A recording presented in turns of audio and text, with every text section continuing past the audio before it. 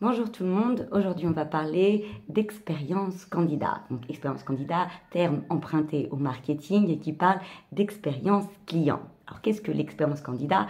C'est tout le ressenti, toutes les émotions que va ressentir un candidat, un candidat dès qu'il voit votre offre publiée jusqu'à l'instant où il est pris ou il n'est pas pris. Ce sont donc toutes ces émotions. C'est important de soigner cette expérience candidat car si c'est un talent, il a intérêt à vivre une belle expérience avec vous, avoir un ressenti très agréable qui annonce la suite. Puis s'il n'est pas pris, il peut très bien salir votre réputation, en tout cas dire des choses qui vont s'opposer à ce que vous dites sur les réseaux sociaux et évidemment il va entacher l'image que l'on a de vous. Donc on a tout intérêt à soigner cette expérience candidat. Et c'est souvent le cas aujourd'hui au niveau de la direction des ressources humaines. On fait attention, on a préparé son pitch, on sait comment présenter la marque employeur, on va soigner toutes ces étapes, on va automatiser l'envoi d'emails, de messages, on va prendre soin de toutes ces étapes, on va veiller à lui envoyer un message par exemple s'il n'est pas pris, pour lui rappeler les différentes étapes. Bref, on essaie de tout faire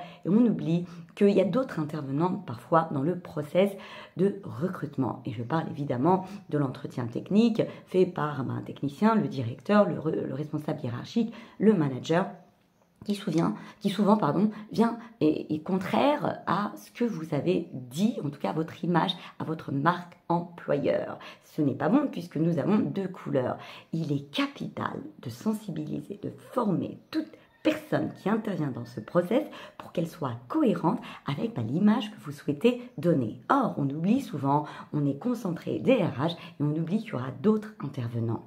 Évidemment, il faudra sensibiliser toute l'entreprise. Mais là, j'aimerais me concentrer sur les managers, les directeurs techniques, à leur dire, oui, même si le candidat vous semble pas trop bon, soyez tout de même courtois, aimable, il s'en va de notre image. Rappelez-vous que face à vous, vous avez un client, qu'on le veuille ou non. Donc, essayez de le traiter correctement. Bref, sensibiliser à cette partie. Vous allez voir que petit à petit, vous deviendrez plus cohérent et ça vous évitera les deux sons de clochette qui risquent, si c'est un talent, de vous mettre mal à l'aise parce que ce talent va vous dire « j'ai du mal parce que je ne retrouve pas tout ce que vous avez dit pendant tout le process ».